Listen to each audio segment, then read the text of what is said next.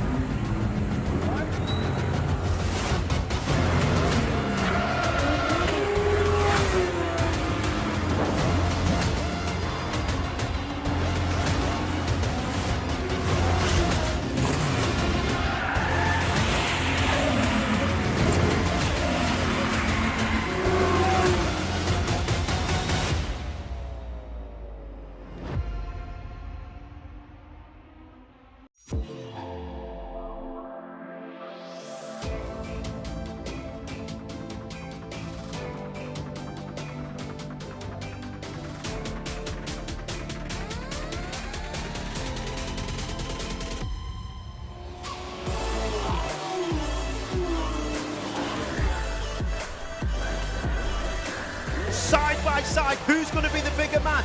Oh, big off! Straight in the gravel trap, both cars out. Is it going to work for Sean? He slides up the inside, it's getting very close, he's not made it. Have you ever seen a championship decided like that?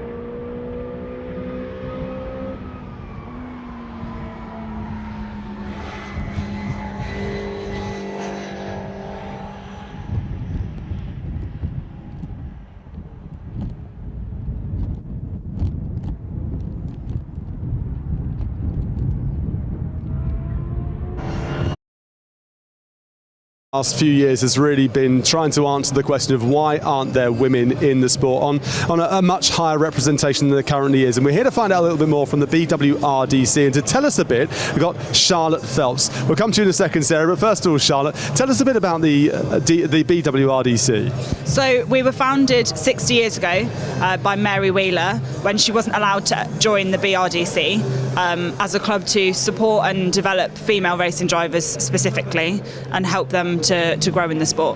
Seems crazy that 60 years ago this was formed, and we're still, 60 years on, 2022, 2023, saying why aren't there more women in motorsport?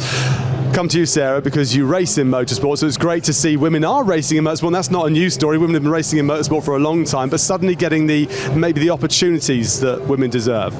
Yeah, definitely. I mean, I've been involved in motorsport since I was born. I started karting at the age of 4, so already I've done 24 years of racing in motorsport. So throughout those 24 years, obviously, I've seen a lot of females kind of come and go, in all fairness, but there's a lot more females involved in motorsport now, not only on the driving side, but on the engineering mechanic side than there was even 10 years ago, so it's great to see. I think that's crucial as well, because when we talk about motorsport, we always think about the person behind the wheel doing the job and getting all the fame and the publicity and things like that, but there's a lot more to it, isn't it? Absolutely. There's a lot of engineering and mechanics and publicity and media and management, and there's a lot more roles in motorsport than people think of what's seen on the telly. So there's an opportunity for everyone to be involved. How do we beat this drum loud enough for young girls that are the future of motorsport to suddenly realise there is an opportunity for them? I mean, that's why this club is here, is just to make sure that they're seen, because what people see, they suddenly believe they can be. So it's just about making sure that those young girls see people like them doing the jobs, so they think, oh, actually maybe I can do that too, and not just seeing boys do it. For yourself then, Sarah, you came into the sport, you've been in the sport for a very long time, you're not that old, but you came into the sport, I got out of that one, didn't I? But what was the driving force for you getting into the sport as a driver, and what were the hurdles you've had to overcome? In all fairness, I've been lucky in the fact that I don't feel like I've had to overcome many hurdles. I come from a family that has been involved in motorsport for many years. My dad used to race himself, got our own race team, and our own airfield that has a go-kart track, etc. So I was born straight into it. So for me, it was extremely easy. But I have coached drivers, other girls and female drivers that haven't had it as easy as me, that have found it hard to start off because they feel really intimidated in what is unfortunately still known as a men's world. So although we have come a long way in motorsport for females, we've still got a long way to go. But it's nice to have things like the BWRDC to be a part of, so that you know that there's that club there for you to be able to approach them, for them to talk to have these kind of conversations. I think it's obvious that we're getting more women into the sport, not just in the car racing, but up and down the pit lane. We see women in garages, we see a lot of roles being taken. I think that's really, really important. If anybody wants to find out more about the BWRDC, I mean, it's probably quite an obvious question, but where should they go? We have a website, we have a Facebook, we have an Instagram. You can just drop a message to any of those pathways and someone will get back to you and hopefully guide you. I'm sure they will. Thank you very much indeed. Thank you. Cheers.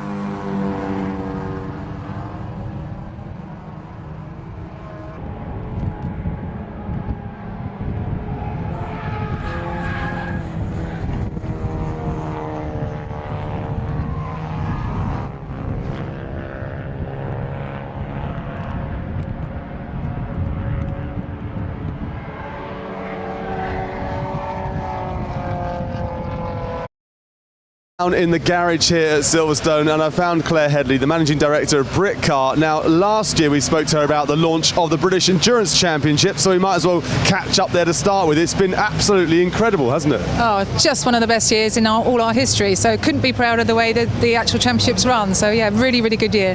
Tell us a little bit about the championship for those who don't know. So Britcar's very old, respected brand name, been running for many years. Endurance racing, 2 to 3 hour races for GT3, GT4 and TCR cars. It's been an amazing year. Cars grids are up to about 30 entries and it's looking even better for 2023. And has the calendar been announced yet for 2023? Yep, the calendar's announced and hopefully you can zoom in on that a bit later on. So 6 rounds of the championship, 2 hour races for 4 rounds and 2 3 hours. So really good. Fantastic stuff. And so some great grid numbers, some fantastic cars out on track. Got the Lambo just behind us here as well, which I'm sure we can have a little look at there. What's been the appeal? What sort of drivers are racing in the championship? Well, a mix really, mainly a lot of AMs, but we're getting a lot of pros in. The GT3 category particularly was very close with some pros coming in to support the AM drivers. So yes, it's been a phenomenal year, great coverage from the TV companies and a great support from all my sponsors, particularly Goodyear. It's such a popular form of racing, isn't it, with endurance racing, but also getting that sweet spot with the pros and the AMs in there as well seems to work really well. In this country, we've got such an appetite for endurance racing and for GT3s and GT4s. Absolutely. No, it's just gone absolutely crazy. I mean, the idea was there a couple of years ago, and we just thought this is the place to go. Having a brand name that's being called a British title is so much, they went to the committee. I approached them a couple of years ago, and they just said, absolutely fine, Claire, your reputation and, the knowledge we have within the industry of my team, and they just gave me the brand name British straight away, so I was really pleased. I'm just looking over there at the board, so 25th of March, 22nd of April, 27th of May, 24th of June at Silverstone, where we are right now, 16th of September, and it finishes on the 14th of October at Donington Park, travelling to some fantastic places. Silverstone International on there as well. That's very, very cool. Absolutely, yeah, quite a lot of Silverstone events, but they look after you so well here, and everyone wants to come to the GP circuits, and Silverstone, we just thought we'd do an international, just a slightly different layout. Fantastic stuff. Now, it's not just about the endurance racing, because you mentioned Britcar at the top there. Britcar, a slightly different a very different championship in the way it looks. Tell us about the cars here and Britcar and what's going on with Britcar. So the old Britcar 20 years ago started production cars, so we set up the production trophy championship. So this is again phenomenal again this year. These were grid numbers of up to late 30s, and again I think next year will be very good as well. We have a Clio class, which is what you're filming now. That's been average about 6 entries each round. We've got another Clio in the top corner, and then we've got a VW Golf, and top class for that one is sort of your BMWs M3 36s, or we've got the Ginetta G56 Academy cars, which is our top class. So again, that is 2 50-minute races all on a one-day meeting. All our championships have hospitality and live streaming as well. Fantastic. Now, a couple of new developments going on? Oh, absolutely, yes. This one's a particular champion. It's going into 2-hour races, and long-term, my dream is to bring the 24-hour back. So the whole point is getting all these cars getting into longer races. We plan to do a 6-hour race, hopefully here this year. That one, date has been announced already, but yeah, dream to bring the 24-hour back. Fantastic. Now, if anybody wants to find out more, obviously Britcar, we know about Britcar, but what's the best place to go if you can't come here to the garage?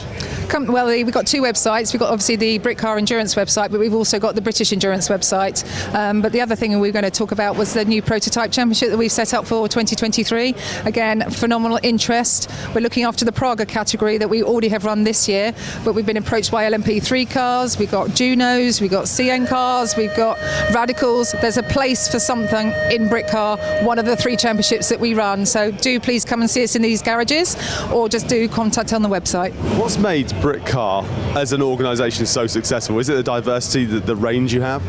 I think so, and also I hope the passion that we have as a team. We listen to the customer. I'm sure the other championships do as well. I'm not knocking them, but the passion I have for this to make this work, I'm happy that we're doing the right thing for our customers. It's going pretty well so far, Claire. Thank you very much indeed. Thank you very much. Thank you.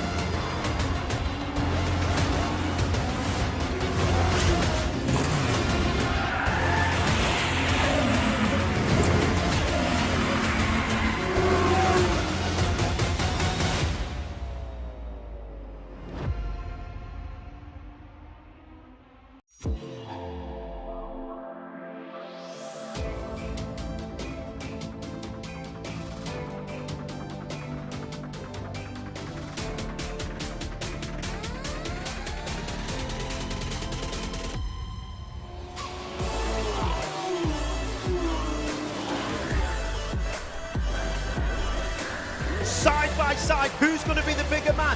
Oh, big off! Straight in the gravel trap. Both cars out. This isn't going to work for Sean. He slides up the inside. He's getting very close. He's not made it. Have you ever seen a championship decided like that?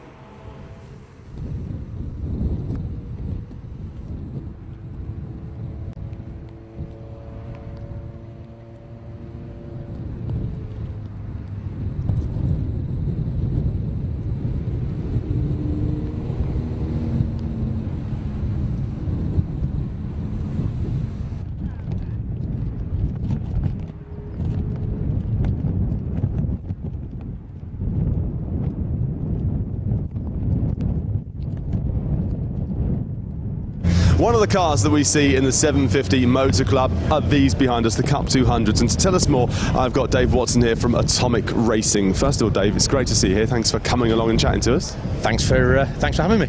Tell me a little bit about the Cup 200 cars then. So the Cup 200 car is it's a bespoke Cup 200 chassis made by MK Race Cars. It's got a Hayabusa bike engine, standard Hayabusa 1340 bike engine in the front, independent suspension all round, with the AIM dashboard and data logging system on it. What's the thought process behind sticking a Hayabusa engine inside, or essentially a space frame? Basically, it's light, it's got loads of power, and it's got a 6-speed sequential gearbox, which is fantastic fun to drive. What sort of power outputs are we looking at? What sort of numbers are we getting from these cars? So the car itself weighs about 460 kilos without the driver, and then the engine's got 185 wheel horsepower. So it's quite punchy in quite a light car. But something that's light, it certainly would shift out there on track. Now, we know they look very similar to another car that they are not. Is there a reason behind that? Is it just that that's a simple, effective way to produce a car? Yeah, obviously you're referring to the Caterham. Yeah, I think there's something about 7-style cars. They're an iconic car. They're great fun to drive, and I really believe that anybody who, if you can get a driver into a 7-style car to perfect their racecraft, they can pretty much jump into any other car and drive it. They're probably one of the more tricky cars to master. So yeah, if you can drive a 7 fast, you can pretty much drive anything else fast. Now, I mentioned that these are featuring in a 750 Motor Club race. So they oversee the running of the events and things. What sort of numbers are we getting out on the grid? So as it stands today, it's obviously a new series for this year. We've sold 8 cars already. We're looking next year to have between 10 and 12 on the grid running with the Sports 1000s, with a view in 2024 to having our own standalone grid.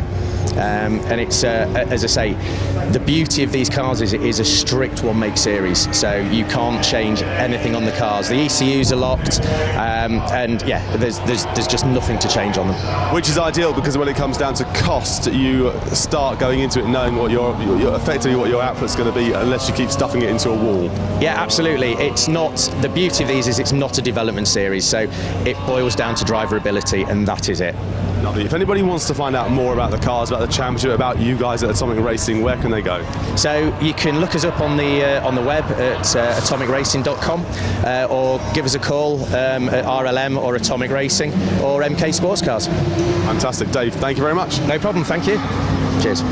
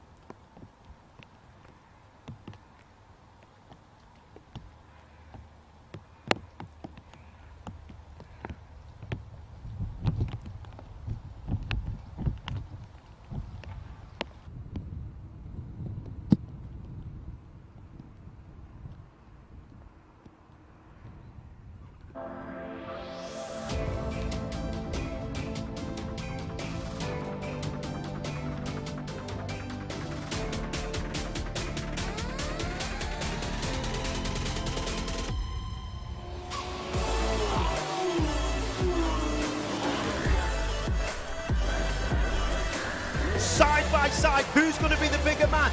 Oh, big off! Straight in the gravel trap. Both cars out. Is it going to work for Sean? He slides up the inside. It's getting very close. He's not made it. Have you ever seen a championship decided like that?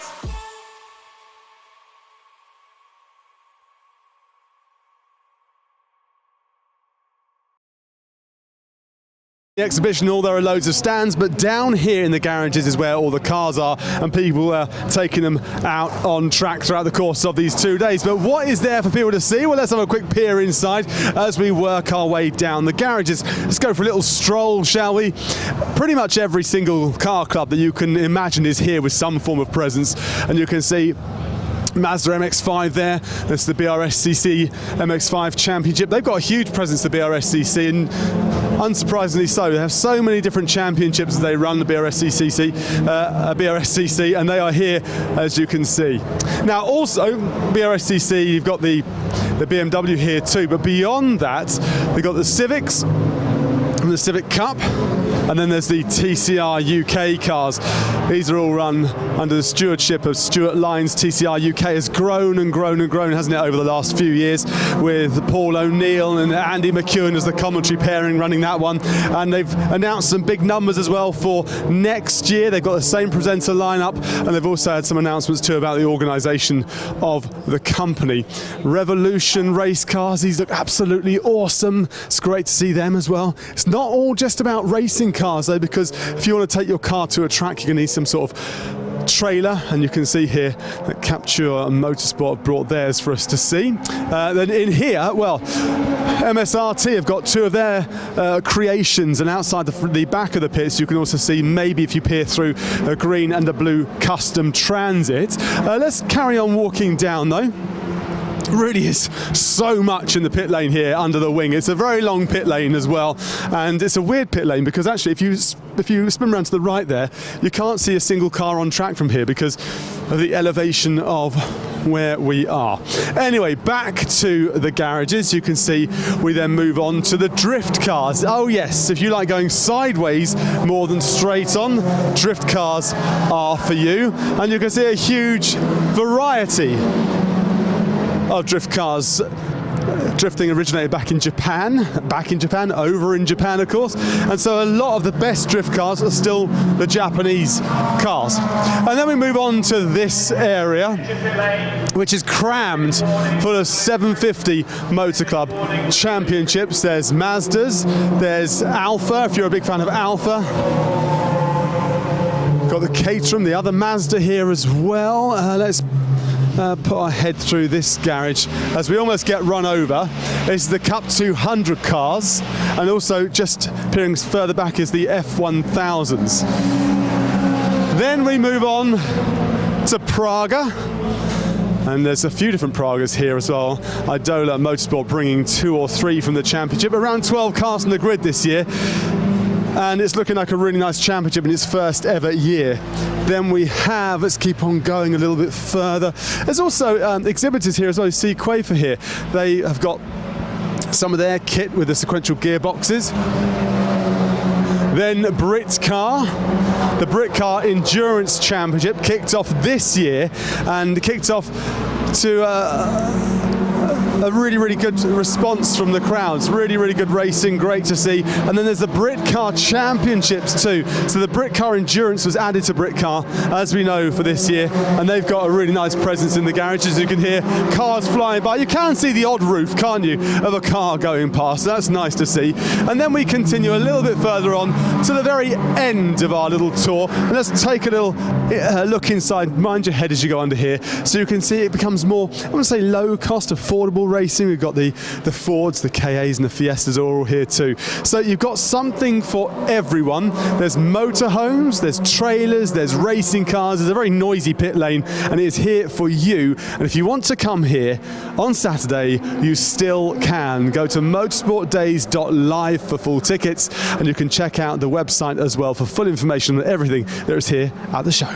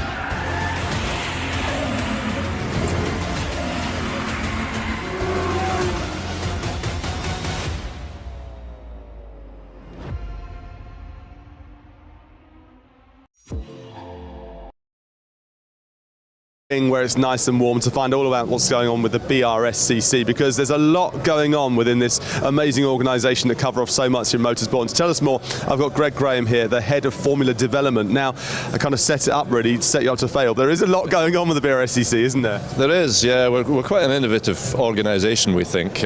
We do a lot of market research. We want to know what the market demands, what our customers demand, and we try to deliver that. We're all racers at heart, and in fact we're all physically race drivers. Not very quick race drivers, but we are. It doesn't matter. But we understand the marketplace, the customer base. We genuinely try hard to deliver what we think is what they want. And the introduction of new products and new series is never done by accident. We always canvass the marketplace, listen to what they're telling us, and we try to act and react accordingly. Well, the list of championships that the BRSCC look after is phenomenal. It just goes on and on. The list seems to get longer and longer, and it's got even longer this time round with this little beauty behind us. Tell us about the electric addition to the BRSCC. Yeah, Formula Foundation E is our... We understand that electric racing is becoming more and more popular. There is nothing in the entry-level sector of the marketplace to allow people to race electric vehicles.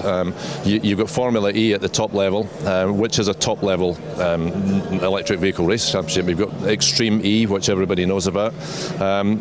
ETCR is coming next year, but there's nothing single-seater wise at an accessible level in the global marketplace. So we've decided, along with our partners, to introduce this car, Formula Foundation E, to try and give that accessible electric EV racing opportunity to people, which we believe is there.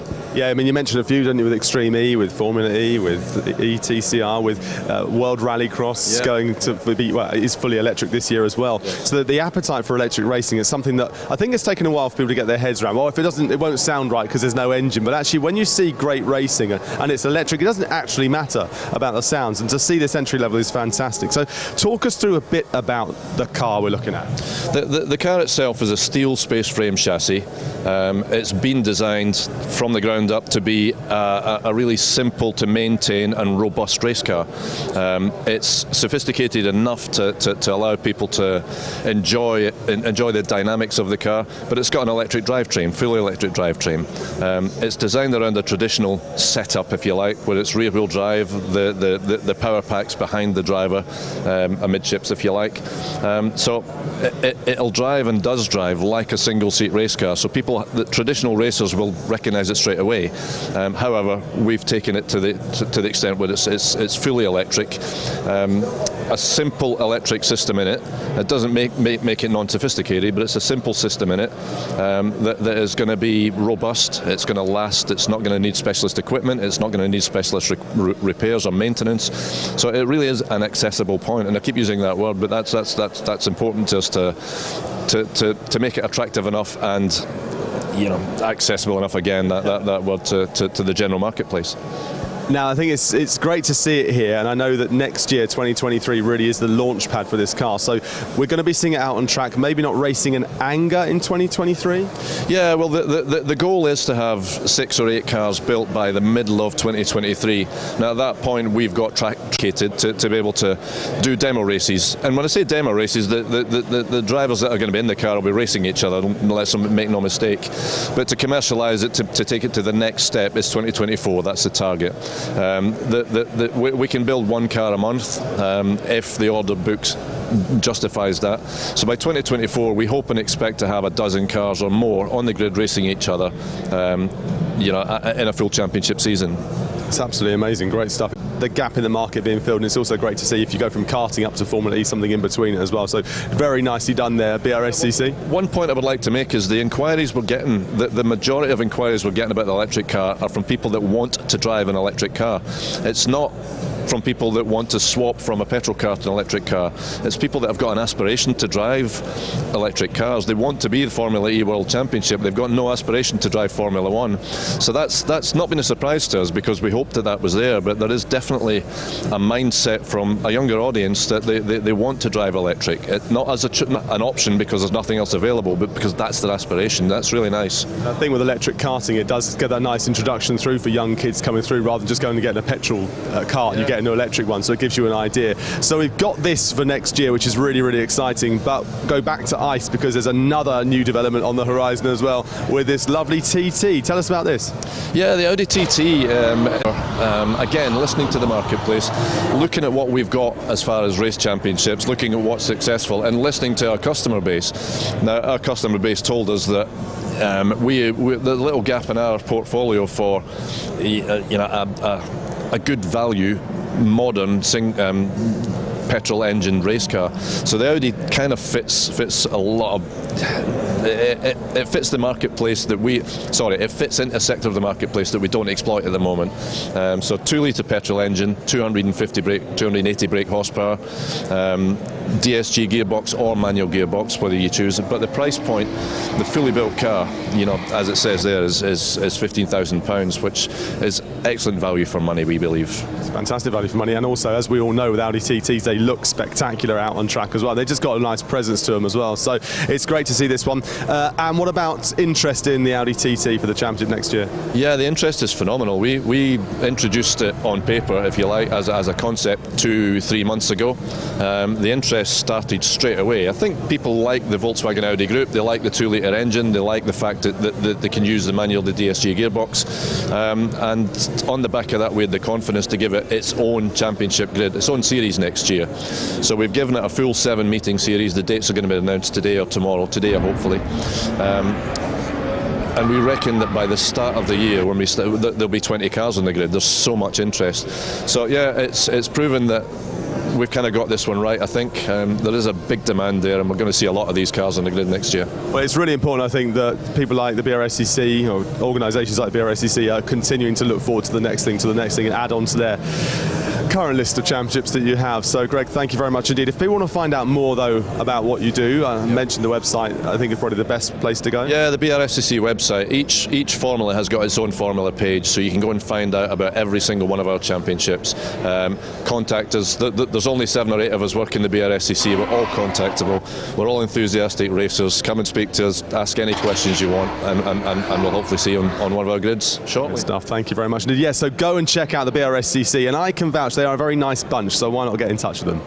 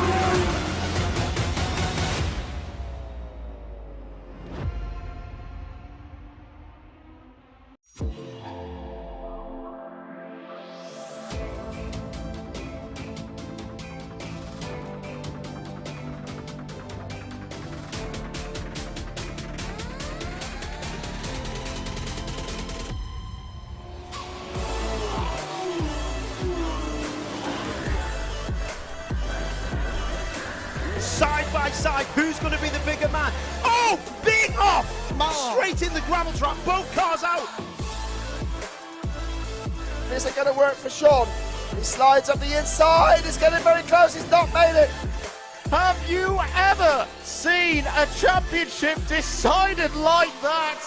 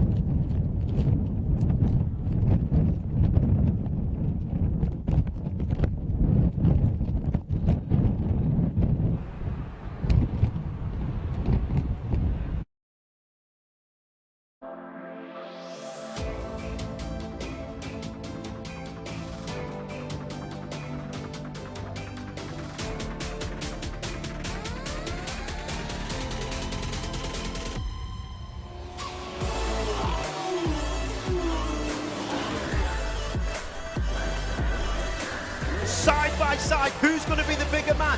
Oh, big off! Straight in the gravel trap, both cars out. Is it going to work for Sean? He slides up the inside, it's getting very close, he's not made it. Have you ever seen a championship decided like that?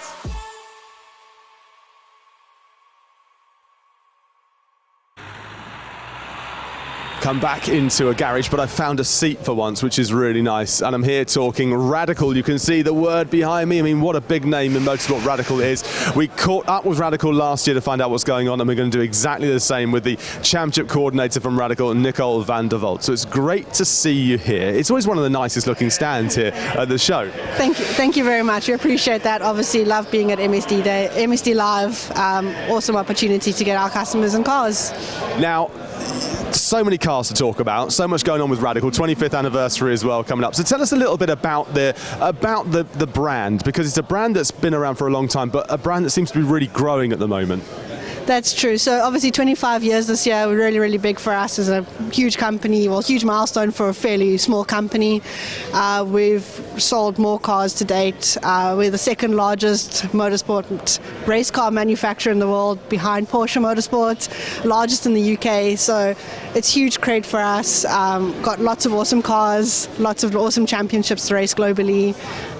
Just really huge steps in big right directions, I would say. And it seems to be growing as well across the pond. It's growing in different countries around the world, so it really is, the touch paper has been well and truly lit, hasn't it, in recent times. Talk me through then some of the cars you have, because there are different entry points to different standards or different levels of driving. That's correct. So we have, I would say, three main sports prototype type cars. So we have our SR1, which you would call our entry-level race car. It's 182 brake horsepower, obviously really unique. It's got 2 seats. That's a good way to start racing from young karters wanting to get onto main circuits and progress through the ranks up into hopefully LMP for them. Then we have our SR3. That's 226 brake horse, pretty much solid all-round race car, runs full slicks, nice aero downforce on it. And then from there you can progress into our turbocharged SR10. It's a fairly new model, launched end of 2020 for us, and has been our fastest selling Radical in date. We've sold just over 100 cars to date now, with a lot of them going over the pond to America. They love them out there. 425 brake horse, 795 kilos car weighs. So it's a weapon on track, and it's just all round fun to drive. So it's been awesome. Not forgetting, we also obviously have our RXEs, not huge in the UK, but huge in GT racing. Really, really good fun running V6 engines in those. So really, really, really good fun that too. They look great, they sound great as well. Who is the main customer point though, particularly I think if we go through the different levels, because clearly when you start moving up through the order, you don't just want to be a new novice driver, you've got to have some experience. That's correct. I feel like our cars are relatively easy to drive but relatively fun as well, so you could come from a complete rookie novice to a seasoned championship racing driver, driving LMP cars, coming back just because you want to keep playing on track and you're not ready to hang it in yet. So I feel like we've got a fit for young and old, from 16 up to 70 years old. We've got drivers in our cars, so there's one for anyone. And there are championships as well, so not only is it sort of arrive at a track and have a nice track day in one of these things, which you could certainly do if you own one, but you can take them out and you can have a nice little race against each other wheel to wheel in proper anger. Tell us about the championships with more of a focus here on the UK. So UK is obviously one of our biggest championships. We've actually just launched our 2023 calendar for next year, which is really exciting. We have some exciting news with that. We've launched Haggerty as our title partner, so they'll be bringing a lot of exposure and motorsport customers hopefully to us, and vice versa. We've also partnered with Gusborne, so if anyone knows, they're a British sparkling wine company, so they will be our bubbles partner for the year. So our guys will be getting some really good fizz to spray and hopefully drink on the podiums. And then big news also, we'll be joining the TOCA package for 2 rounds. So that is really exciting to be on that level of motorsport in the UK for our customers, for our teams, and for the exposure that comes with it. So following that, we will still be supporting with MSVR races. We've been with MSVR for years, and we'll be supporting GT Cup. So it's a really, really good package I think to be involved in, and hopefully we start the year as strong as what we ended. We had 35 to 38 cars in our last round this year, so hopefully we can keep that up for next year and just keep growing and growing with them. So. And it's great to see the support package that you're working with, and you say the GT Cup, that's something that's been really moving on in the last year or so, especially on the TOCA package as well. You get some terrestrial TV coverage, which is a fantastic thing. Yeah, that's what we're really excited for. New paths, new avenues to venture into, which we haven't had the opportunity to. So it's a huge step forward for us, for our drivers, sponsors, and obviously new car owners, new drivers, new racers. Just exciting, really exciting things for 2023. I mean, I love finding out what's going on with Radical. It's one of these brands that just seems to be growing and growing and growing, and I don't know what's happened in the last few years, but it's always been there, but it just seems to be there more so at the moment. If people want to find out more about Radical, the obvious thing is go to a website, but what would you say? Go to the website, but obviously I think nowadays social media is a huge thing for us, so give us a follow on our social platforms. All new exciting stuff is on there. We we try and keep everyone up to date. All our live streaming is available on that for races, not only in the UK, but we've got 14 global championships that are radical specific. So there's always something to see or something to look at. So I feel like that's really connecting our drivers around the world. We're trying to launch a Race the World initiative for customers to not just race in their own country, but travel across ponds to Europe, Australia, Asia, the Gulf, all of that. It's a possibility. Why not aim high? Nicole, thank you very much indeed. Thank you so much for your time, and thank you. We'll see you soon.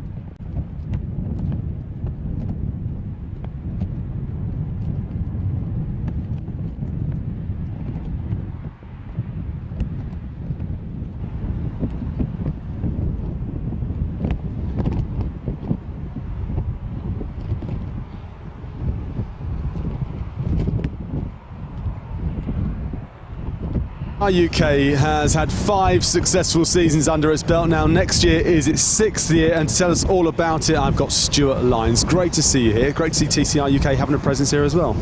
Yeah, it's good. I didn't think we'd last 6 years, to be honest. I mean, the first year we had, as you was there, we had about 5 cars, but now this season just gone, we've averaged 25 cars on the grid. So we've gone from one extreme to the other. It started off when you took over the championship, where you were running with the Civic Cup on the same grid as well, but numbers got so big, didn't they, that you've had to kind of readdress that as well. And it's great to see TCR in a touring car championship like this really coming to the fore in such a short period of time.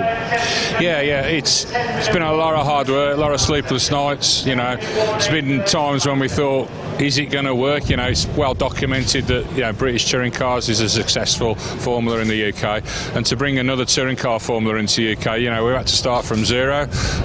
But now I think things are changing for us. People are taking us more seriously. We've got lots more teams and customers, and more people are involved in it that have got a good grounding in motorsport and a great standard of racing. But there's been a slight change to what's happening now, because you brought in a new fresh face. No longer Nicky alongside you all the time anyway.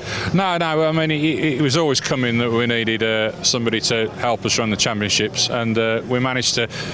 I think it's like signing up Jurgen Klopp for Liverpool. Maybe it'll have that effect. I hope so. But we brought Ashley Gallagher, who his CV stands for itself with the Ginetta regime, and also running Sicily Motorsport.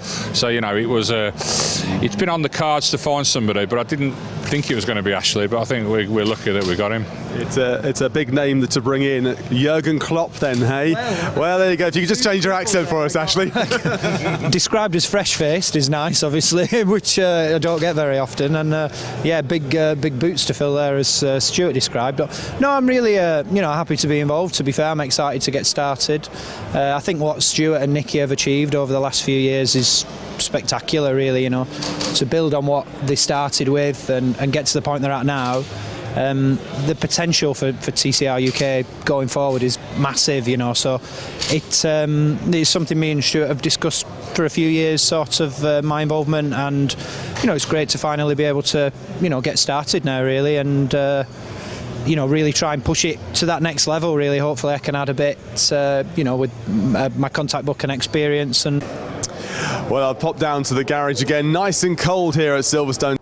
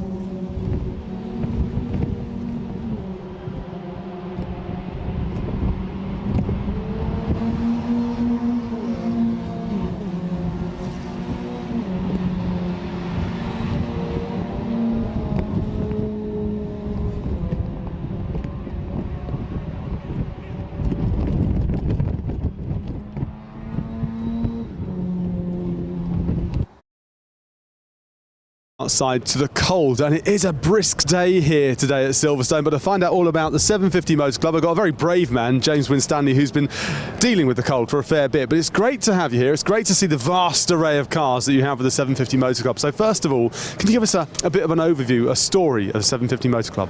Yeah, so 750 Motor Club, kind of known as the home of affordable motorsport when it comes to circuit racing. These days we have kind of more than 20 series and championships. The club originally started with Austin 7 racing back in its formative years with likes of Colin Chapman, all the kind of early pioneers. Started with the 750 Motor Club. That's where the club gets its name from, with the capacity of the original engines. And over the decades, new formulae have come along, whether that's stock hatch, hot hatch, kit cars, into the kind of the modern enterprise it is today, and a very big member-led racing club. And I think that's the great thing, because when we think of motorsport, we know it costs a lot of money, but with the 750 Motor Club, you do cover all bases depending on how long your arms are and how deep your pockets are. So let's talk us through some of the championships, the series that you have. Yeah, I mean, it's we never kind of use the word cheap in motorsport, because it is motorsport at the end of the day, but we do what we can to make it as affordable as possible to be competitive as well, whether that's pioneering power to weight classes and our own mobile rolling road, things like that, or limiting tyres. It's those sorts of things that we try and be kind of one step ahead as much as possible, and yeah, different championships to suit the different budgets. So kick us off then. To our left, to the camera's right, then we can see these little Cup 200 cars. Yeah, so this is kind of new. We've had a couple of cars out racing this year, but kind of will be a bigger showing in 2023 with 7 cars already sold. They're racing with Sports 1000, but it's a new kind of 7-esque racing category. Racing with Sports 1000, but it's a Hayabusa engined 7, so that kind of completes our lineup of 3 different performance levels for these sorts of 7S cars. So our low-cost championship has been going for 20 plus years with Ford Crossflow engines, and then we have the Mazda 7s, which we'll come on to later with Mazda MX-5 engines, and then this is obviously the quickest one with a sealed RLM Racing Hayabusa power plant. So a lot quicker, sequential gearbox, but the same, really close racing action, and seeing kind of all those cars out there next year for the first time. It'll be fantastic. Well, let's head inside the garage where it's a little bit warmer somehow, and we're looking at these F1000s. Yeah, so F1000s joined us a few years ago, and the second of our 2 single-seater categories that we run. So Formula V on treaded tyres with no wings, and then F1000 is the slicks and wings. These are bike-engined single-seaters, and incredible for performance. They still hold the outright 4-wheel lap record at Cadwell Park, and we've had a fantastic season from this year. The all-time kind of biggest grids we've had, more than 25 cars out there of all identical spec Jedi racing cars. Which means it always comes down to driver ability or lack of ability that exposes the difference, doesn't it? So we have the open wheel, and then we have these little Mazda 7s. We say open wheel, these ones here aren't, although they are very lightweight. They're very fun to drive, aren't they? They are, yeah. I mean, these are a fantastic 750 Motor Club formula, Mark 2.5 VVT MX-5 engine gearboxes, so standard spec, very reliable, light cars, very light on consumables, so you don't get through a lot of tyres, a lot of brakes, a lot of wear and tear. Standard engines with a few control restrictions to keep everything as close as possible, and really close racing, because they're not particularly aerodynamic like the low cost, so a lot of slipstreaming effect, big grids, and it seems to be going very well. Excellent stuff. What sort of numbers are you getting on the grids for these? Well, these are kind of constantly growing. We're kind of into the 20s now. We've got a package that we've been promoting for Mazda 7s this winter called Foundation Program packages that we do, where we bundle in basically a whole season's entry fees and registration, transponder hire, pre-season track day, all your entry fees for the season, in with the cost of a complete car. And these are new cars are included for that. So £25,000, a new built Mazda 7 with all those fees included. and you can split it between two people if two people want to share across the season, do what we call the team trophy, so £12,500 each for a kind of new build Master 7, and that's going to top it up to the kind of 30 plus numbers that we're looking for. Fantastic stuff. Now, one of my particular love affairs has sadly been Alfa Romeo. I say sadly for my wallet because, I've had a couple and they are absolutely fantastic, but you do have to take care of them. And you guys have got your own Alfa Romeo championship. Yeah, so we were delighted to have the Alphas kind of coming across to join us as a standalone championship a couple of years ago. And fantastic cars. We have a huge variety in the models that are out there, because there's different classes. The Twin Spark Cup class, which is mainly the 156s and 147s. That's an affordable way into it. Very close spec, but then there's modified classes, and then there's we've got a 4C that's now out racing with us. So all the different models are out there. GT as well here today, and for kind of fans of the marque, it's the ultimate really if you're able to go racing in an Alfa Championship. But there's a few other invited Italian marques as well, so there's Lancias and Fiats dropping in as well. Hello. As somebody who grew up loving the Lancia Delta Integrale and also the Alphas too, that's music to my ears. Now, I'm not sure if this car's just about to dive off, but tell us quickly about the BMW Cup then.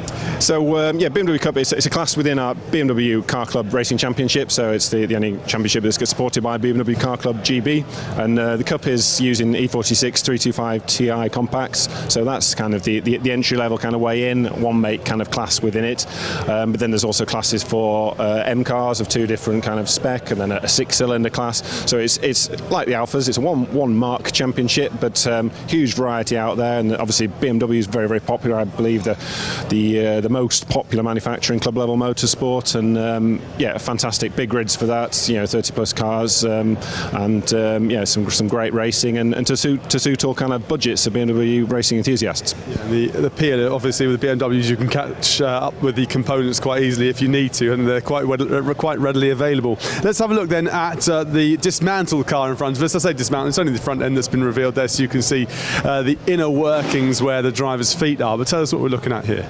So this is from Spire Sportscars. This races in the Sports 1000.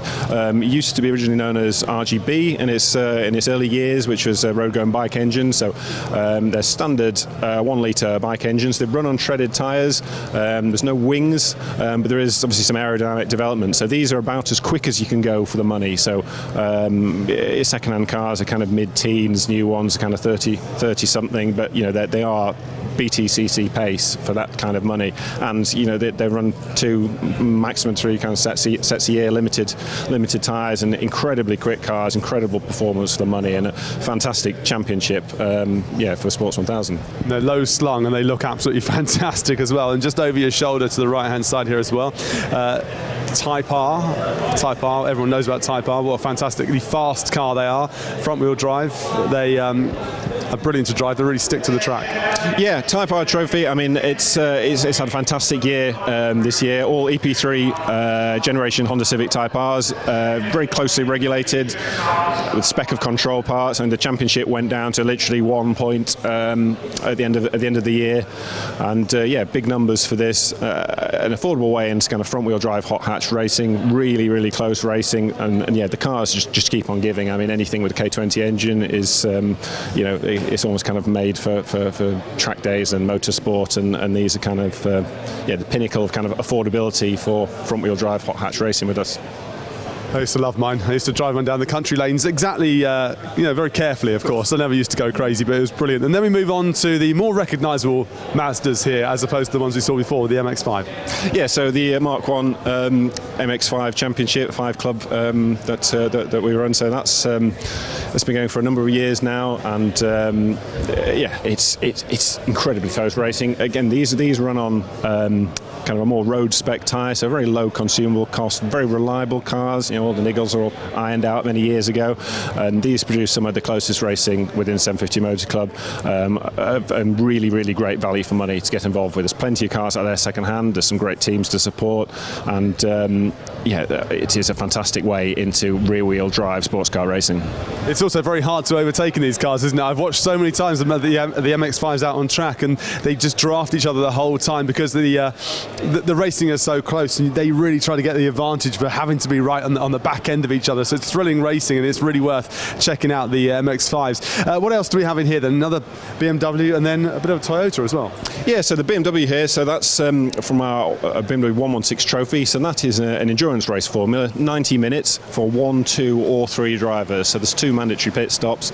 It doesn't disadvantage anybody that's racing as a team of 3, and that's a fantastic way to keep the cost of racing down. You know, if you divide everything by 2 or 3, then it brings the cost of race down, whether it's just buying the car, registration, race entry fees, tyres, and this one is out doing some passenger rides today, and we've had fantastic grids. I think our first good capacity grid for that this year, and it's a exciting way with no refuelling, so you don't need the team support. 90 minutes they'll do on a standard tank, and a really great way into an affordable rear-wheel drive endurance motorsport. Excellent. You've got all the bases covered. Then you swing the car, the camera around one more time there, and tell us about the Toyota.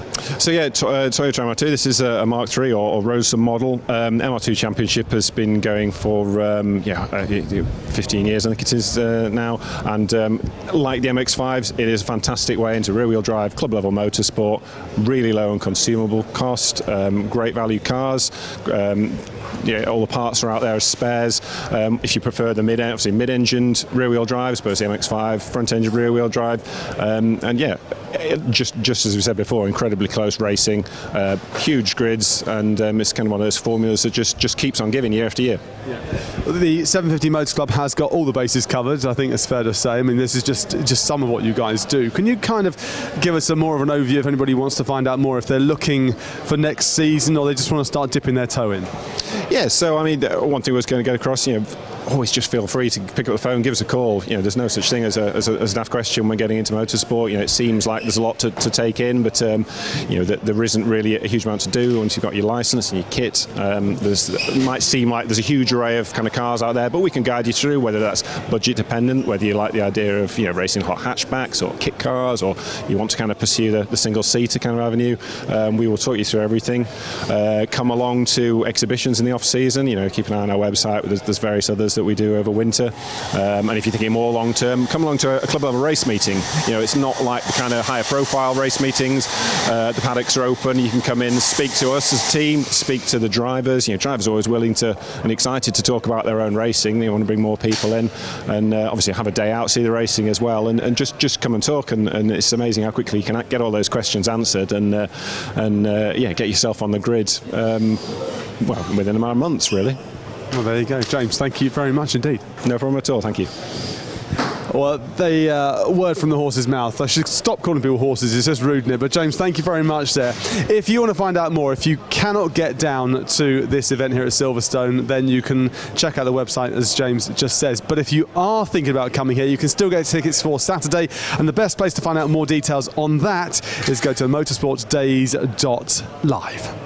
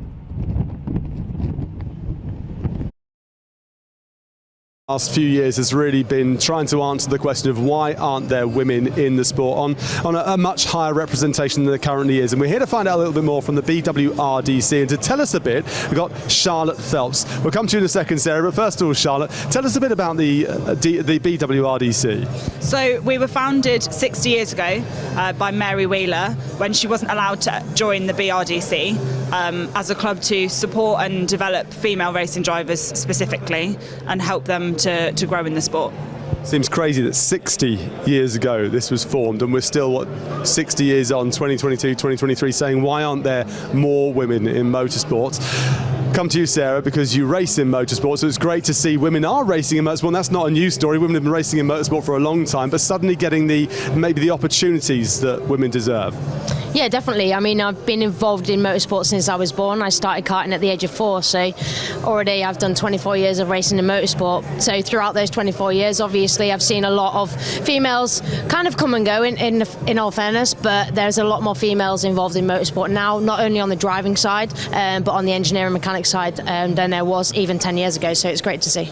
I think that's crucial as well, because when we talk about motorsport, we always think about the person behind the wheel doing the job and getting all the fame and the publicity and things like that, but there's a lot more to it, isn't it? Absolutely. There's a lot of engineering and mechanics and publicity and media and management, and there's a lot more roles in motorsport than people think of what's seen on the telly. So there's an opportunity for everyone to be involved. How do we beat this drum loud enough for young girls that are the future of motorsport to suddenly realise there is an opportunity for them? I mean, that's why this club is here, is just to make sure that they're seen, because what people see, they suddenly believe they can be. So it's just about making sure that those young girls see people like them doing the jobs, so they think, oh, actually, maybe I can do that too, and not just seeing, boys do it. For yourself then, Sarah, you came into the sport, you've been in the sport for a very long time, you're not that old, but you came into the sport, but I got out of that one, didn't I? But what was the driving force for you getting into the sport as a driver, and what were the hurdles you've had to overcome? In all fairness, I've been lucky in the fact that I don't feel like I've had to overcome many hurdles. I come from a family that has been involved in motorsport for many years. My dad used to race himself, got our own race team, and our own airfield that has a go-kart track, etc. So I was born straight into it. So for me, it was extremely easy. But I have coached drivers, other girls and female drivers that haven't had it as easy as me, that have found it hard to start off because they feel really intimidated in what is unfortunately still known as a men's world. So although we have come a long way in motorsport for females, we've still got a long way to go. But it's nice to have things like the BWRDC to be a part of, so that you know that there's that club there for you to be able to approach them, for them to talk to have these kind of conversations. I think it's obvious that we're getting more women into the sport, not just in the car racing, but up and down the pit lane we see women in garages, we see a lot of roles being taken. I think that's really, really important. If anybody wants to find out more about the BWRDC, I mean, it's probably quite an obvious question, but where should they go? We have a website, we have a Facebook, we have an Instagram. You can just drop a message to any of those pathways and someone will get back to you and hopefully guide you. I'm sure they will. Thank you very much indeed. Thank you. Cheers.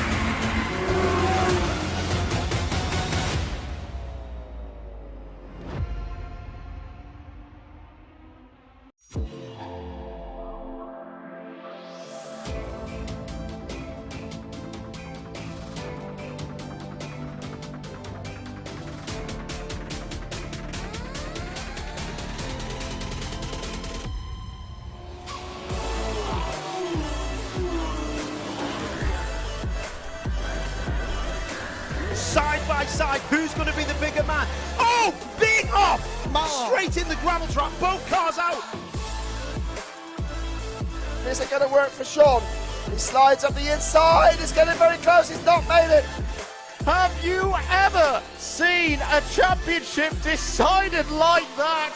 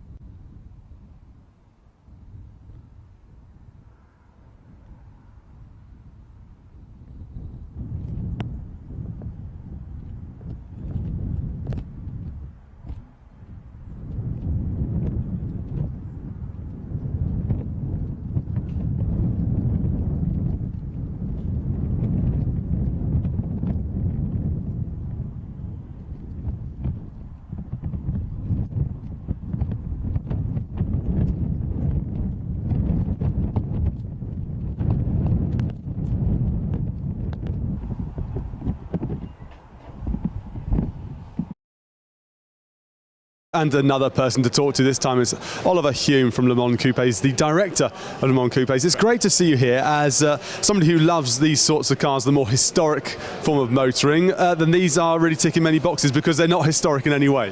Correct, yeah. So we are the UK agents for Super Performance, and we build continuation or recreation 60s sports and race cars, and we're actually diversifying the business into some modern cars as well, which one will be arriving hopefully in a couple of hours, which is fresh off the boat from Australia. Tell me a bit about the company itself then. So my father, Nigel, founded the company in '98, first car in 2003. He had a long history with American V8s. He owned 39PH, which was a very famous Le Mans Cobra, and he owned it for many, many years. And he went to Shelby convention over in America, and one of his friends had a Super Performance Mark III Cobra. Dad drove it, said, "Wow, that's stunning, I love it." He goes, "Let me introduce you to the founder of the business, Jim Price." And Nigel met him. Jim knew Nigel through 39PH, and they got on like a house on fire, and Nigel became the UK agent for these cars. And that started with the Daytona Cobra, it evolved to the GT40s, then the Super Performance Mark III, and now the LMC Mark IIs. So yeah, that's a very brief history of the business. A potted history. Let's take a look then. Let's start off with a lovely shiny red shoe over our shoulders then. Tell me a bit about it, because it's spectacular, isn't it? Now, I know that the sort of the history of the type of car we're looking at, but tell us what we're looking at in particular. So this is an LMC Mark II FIA bodied car. So it's built around the 60s Shelby races. It's got the original style chassis, original style transverse leaf spring suspension, but a few mod cons to get it. Well, I say mod cons, we've got fuel injection basically. But other than that, it's pretty much as period. So a faithful nod to the 60s races, which you can enjoy on the road today. Which I think is crucial, and these are available. I was reading on your website, available road form, but also track form as well. Yeah, correct. I mean, with these we don't do FIA cars. With the GT40s, we can do 100% interchangeable FIA HTP papered race cars. These are suitable on the track. You can go and have lots of fun on the track, but they're not race cars in their own right. With a bit of modification, they could be. But yeah, they're the LMC Mark II is purely a road car.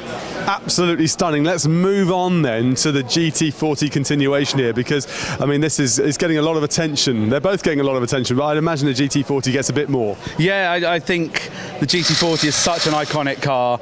It's the poster child of the 60s. Its success 4 times in a row at Le Mans speaks for itself, and off the back of Le Mans 66 coming out and being so successful, there's been a real uprise in demand for the cars.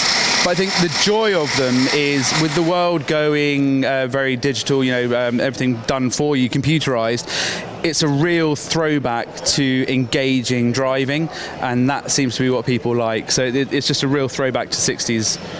And it's a real nod to the history, but what I'm really liking about the continuation cars is they keep the essence of where they first started, but improved with time, because we know how to maybe extract more from what we get on the road. Yeah, again, I think the addition of fuel injection really helps, firstly with emissions, but also with cold starts, more power through the rev range, fuel economy. There's lots of benefits to it, but fundamentally it is as they were in the 60s. I mean, we have to have an immobiliser and little things like that, but the chassis is as they were in period. So you've got a really engaging driving experience. The car talks to you. They talk about driving through the seat of your pants, and you can really feel what the car's doing underneath you. So very neutrally set up. Just a fantastic thing. Your pants are very much on the floor with these things, aren't they? So tell us then, why are you here? It's great that you're here, but why are you here at this Motorsport Days live event? So we came to the first Motorsport Days live. Absolutely loved it. I think the Autosport show is fantastic. We've done that several times, and hopefully going later in the year. Next year.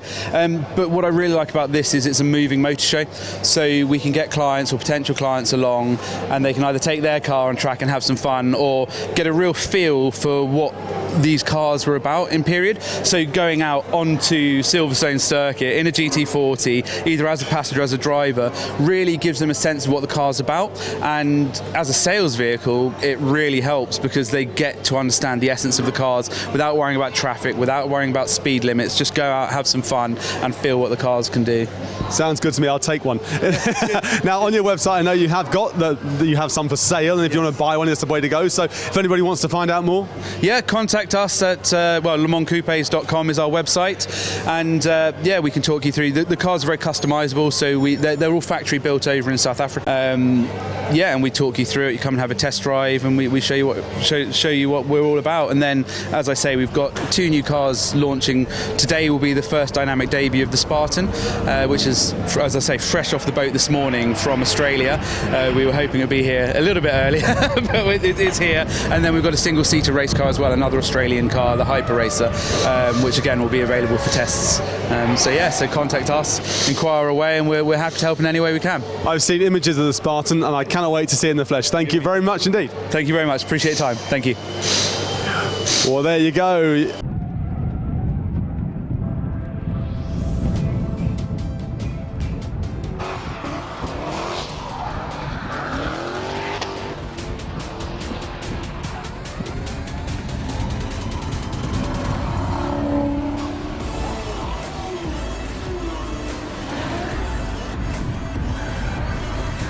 Side by side, who's going to be the bigger man? Oh, big off! Straight in the gravel trap, both cars out. This isn't going to work for Sean. He slides on the inside, it's getting very close, he's not made it. Have you ever seen a championship decided like that?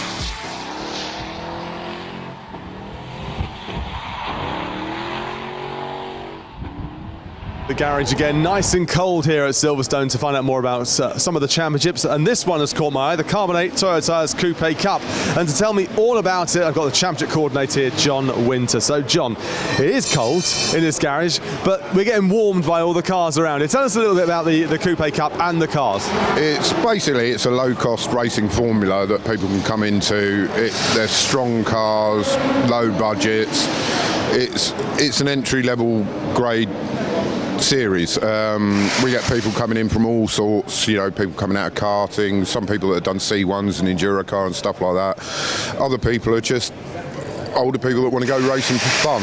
And yeah, we have a very wide and broad cross-section of people from all walks of life, and it's a great paddock and just great fun.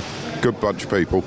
What sort of numbers are you getting in the races? What sort of championship numbers are we having? And also, are people buying a car and running their own car, or is it essentially race hire, arrive and drive? It works both ways. We've got everything from we've had lad and dad teams that have built their own car and done it on a shoestring, having never even done anything with cars before, up to people that are reasonably well off, and we run them. Teams run their cars just out of convenience, basically, rather than anything else. People haven't got the mechanical knowledge and want a team to run them. But the cars only have to be serviced like road cars. They're not anything special. You just feed them pads and look after them like you would a road car, effectively. And yeah, so we get all sorts, really, that come in. Now, I've seen a lot of Hyundai Coupes around me here, but what other cars feature in the championship? Just Hyundai Coupes. It's the three.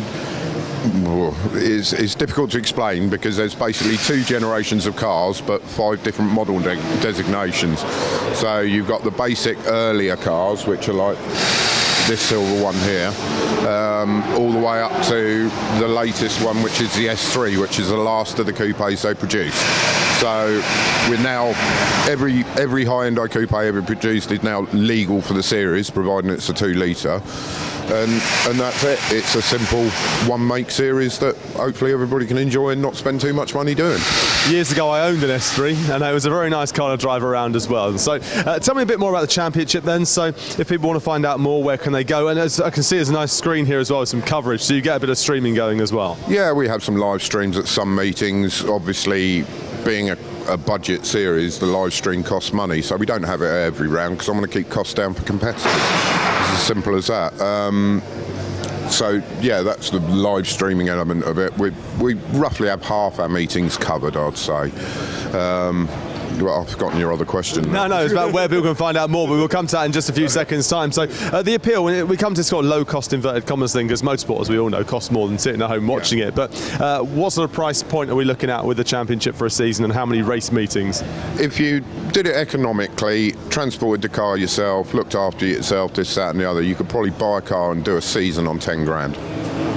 So, and then you still got the car as an asset at the end of the year. Those cars for sale, the Gen 1s and Gen 2s generally fetch about 4.5, 5 grand. So they're cheap cars as a race car goes to get into. And the thing is they're strong. They're not constantly breaking down. They go out. We got cars out there that got 6 years on engines, and the engines are standard. So yeah, the ethos of low cost has worked really, really well because the cars are strong as well. So yeah, it's just cheap fun. Great stuff. Now, if anybody does want to find out more, what's the website? Where can they go? www.coupecup.rocks is the website. You can we've got quite a good presence on Facebook as well. So look for Carbonate Coupe Cup with Toyo tyres on Facebook, because a lot of the stuff goes out on that, because it seems to be the way that the world is communicating these days. Fantastic stuff. John, thank you so much. Thank you very much for your time. Much appreciated. So yeah, and if you want to ride out, you know where we are. All the best.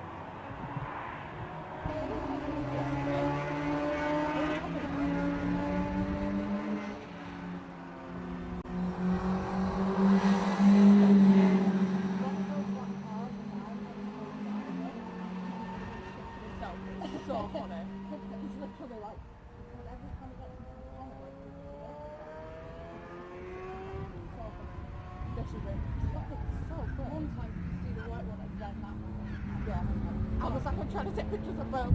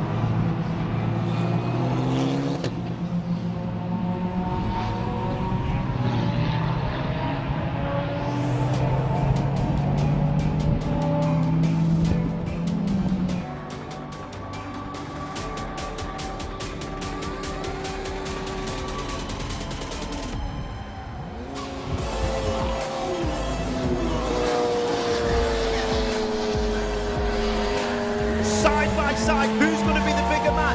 Oh, big off! Straight in the gravel truck, both cars out. This ain't going to work for Sean. He slides up the inside, he's getting very close, he's not made it. Have you ever seen a championship decided like that?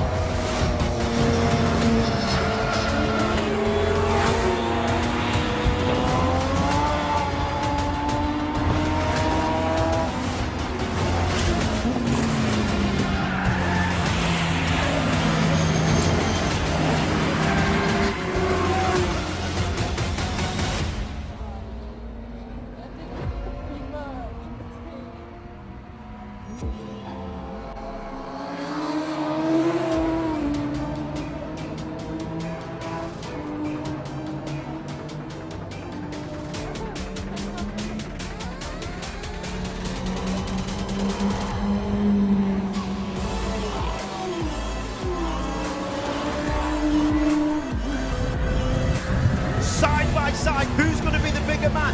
Oh, big off! Straight in the gravel truck, both cars out. This ain't going to work for Sean. He slides up the inside, he's getting very close, he's not made it.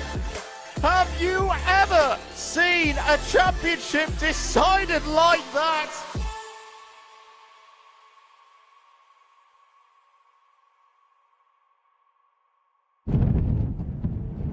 Different sorts of race cars here at Motorsport Days Live, and one of them that just look absolutely incredible are the Revolution race cars. And tell us all about it, I've got the founder of this amazing creation, Phil Abbott. Now, you launched these cars here in 2018, and they are as spectacular now as they were then.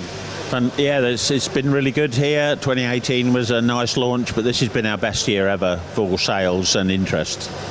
Let's go back to 2018. What was the reason behind the creation of the cars? And give us some ideas, some numbers, some facts, some stats about the performance of them.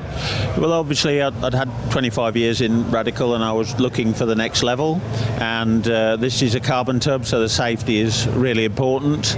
It's an infused carbon, so it's a low energy system, which became important in the last few months. And so the safety is top notch. But we've got 500 horsepower and bugger. And what makes them so impressive to drive? You know, you mentioned Radical, your background just there. These things, they look so immense. They look so I suppose evil, don't they? Yeah, I mean, the important thing for me, starting with a fresh sheet of paper, was styling. So we employed a top car designer to get something really outrageous looking, and then we made it work aerodynamically, and then we engineered it. And it was important. You know, these buying decisions are with the heart as well, and you want something that looks stunning. So that's where we started. You mentioned 500 brake horsepower. What's the weight of these things? What are some performance stats out on track? So it's just under 800 kilos and 500 horsepower. It's say in turn one here, it's pulling 8 kilonewtons of downforce, which will at its maximum speed, it'll close to the car's own weight in downforce. You'd certainly feel it when you're inside the cockpit, wouldn't you? As well. So the championship that you've been running in, then you say it's going from strength to strength as well. The Prototype Cup. Tell me about that. Yeah, Sports Prototype Cup. We expanded a little in the last couple of years into Europe. So we're running in all Grand Prix tracks. We've got 5 events that are all on Grand Prix tracks: Silverstone, Donington GP, Barcelona, that type of thing. And that's really important for a car like this to stretch its legs, and you get the full benefit of the performance. Who is typically racing in the series? What sort of drivers? Are we talking pro drivers, gentlemen drivers, a bit of both? It's a little bit of both. More gentlemen and focused amateurs, really. It's a really good mix. So what next? I know that you're keen to get these things sold across the pond and around the world as well, so export sales is quite high on the list. Yes, exactly. Half of the cars have already gone to United States. We've got 3 dealers in the United States, one in Canada, one in Korea. It's going into Singapore and Malaysia, and Australia opens up in February, so it's very positive. What if you could, I mean, it's your brand, so you're going to be very positive about it, but if you could sum up Revolution race cars, what would you say about them? Safety, speed, and quality. Amazing stuff. Anything on the horizon that you can touch upon for 2023 and beyond? Just more of the same, really. Refining the package, refining the service. We have to be aware we're in the service industry, so we like to look after our clients and give them the next step all the time. So Phil, if anybody wants to find out more about these cars and they can't get here to Silverstone, where should they go? On the web, revolutionracecars.com. Lovely, thank you very much. Thanks. A very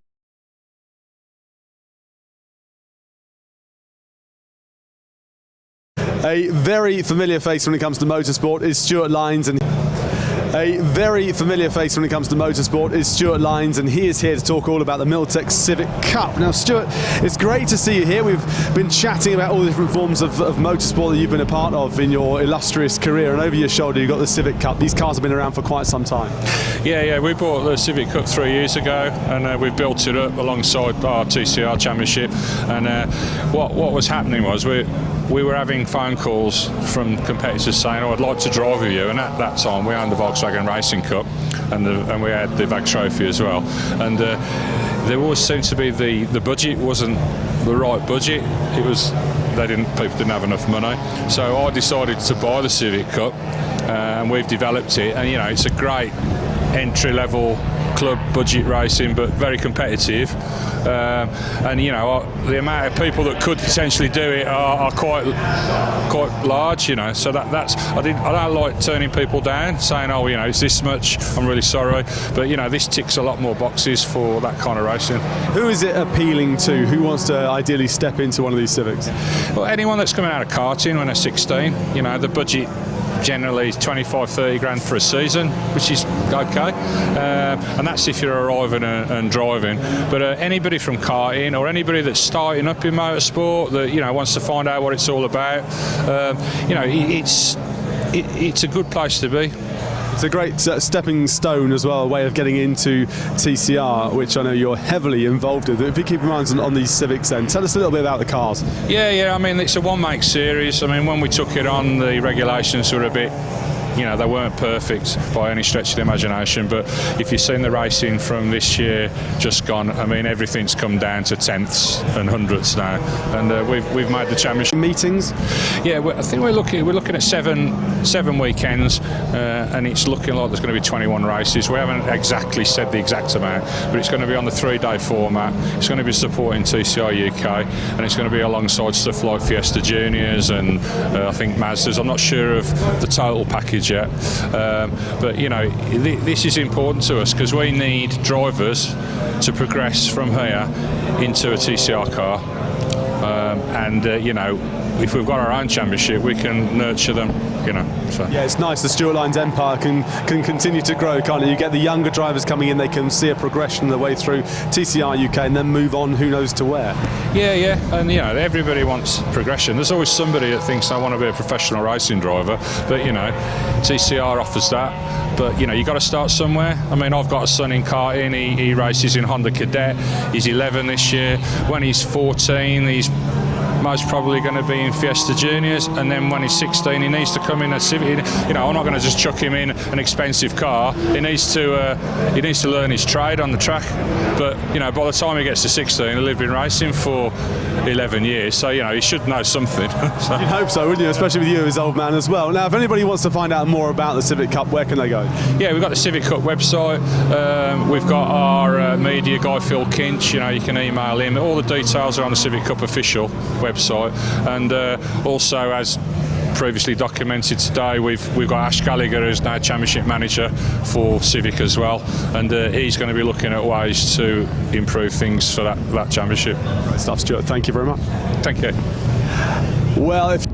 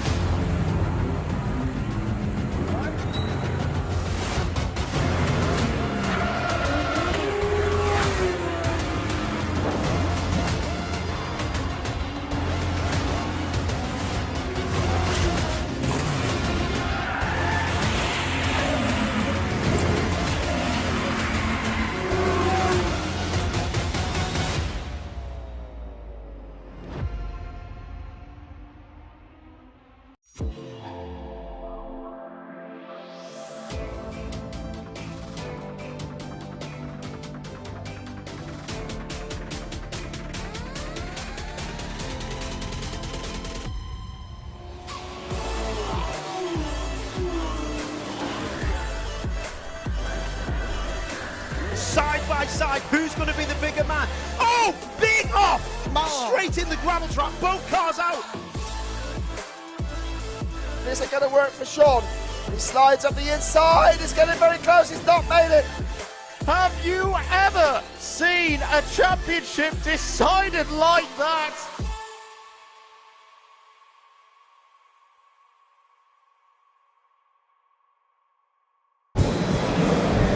Well, Motorsport UK, we should all know about Motorsport UK and what they do. They're the governing body here in the United Kingdom. But to find out more about some of the things they're up to, including Race with Respect, I've got Sarah Tibbetts here, the marketing manager, and I'm also on the very squeaky stool, so if you can hear that noise, I do apologise. But Sarah, it's great to see you guys here. There's so much going on with Motorsport UK at the moment. Tell us a bit about who you guys are.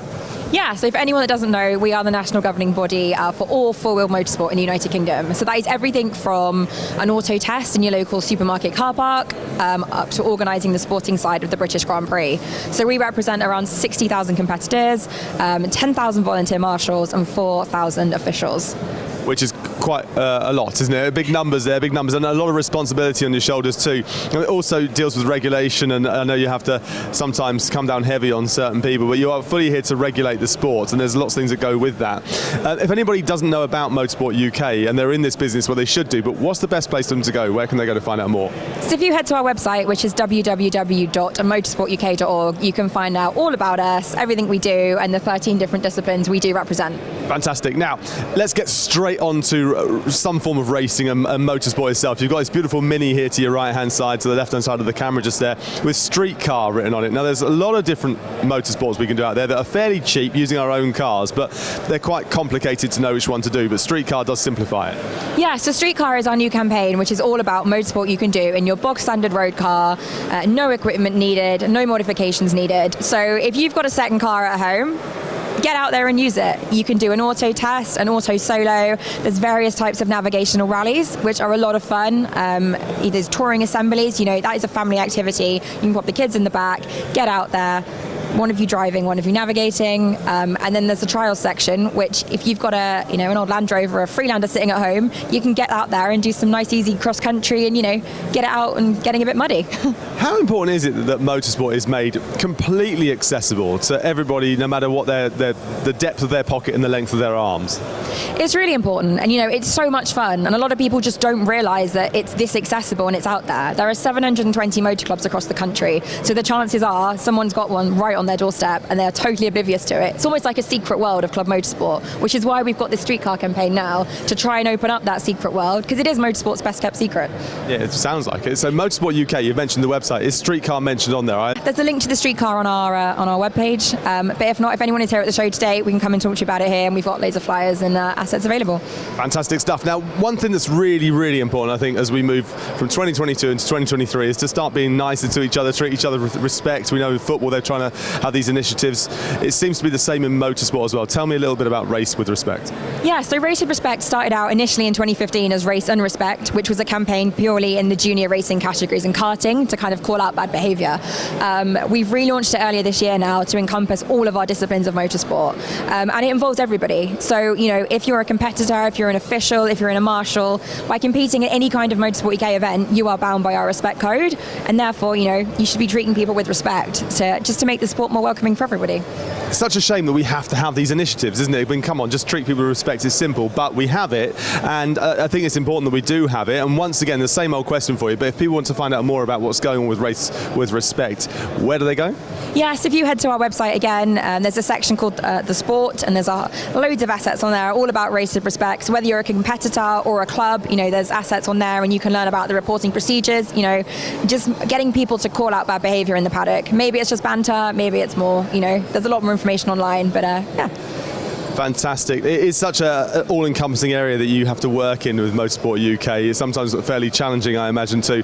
So how nice is it, or how important is it that you come to this sort of events and speak to people that are in the business, as opposed to other events where it's people in the business and people not in the business? Yeah, it's really nice to come here, because, generally people have got an understanding of what we do, which is nice. And it's so nice here. I know you've got the BMMC up there, the British Motorsport Marshals Club. It's so nice to actually get out and meet our members. Our licence renewals have just gone live as well. So it's just nice to be a friendly face, chat to competitors, and answer any queries they might have. There you go. Thank you very much indeed. So if you want to find out more, as Sarah says, go and check out the website for Motorsport UK, where you'll find everything on street car, race with respect, and these 13 different disciplines. Go and check it out right now. Go on.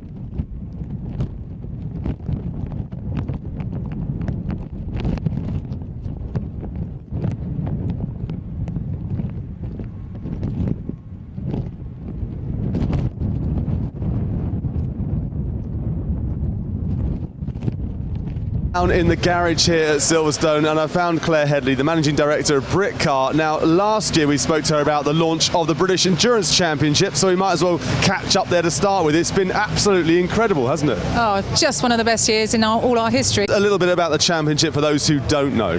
So Britcar's very old, respected brand name, been running for many years. Endurance racing, 2 to 3 hour races for GT3, GT4 and TCR cars. It's been an amazing year. Cars grids are up to about 30 entries, and it's looking even better for 2023.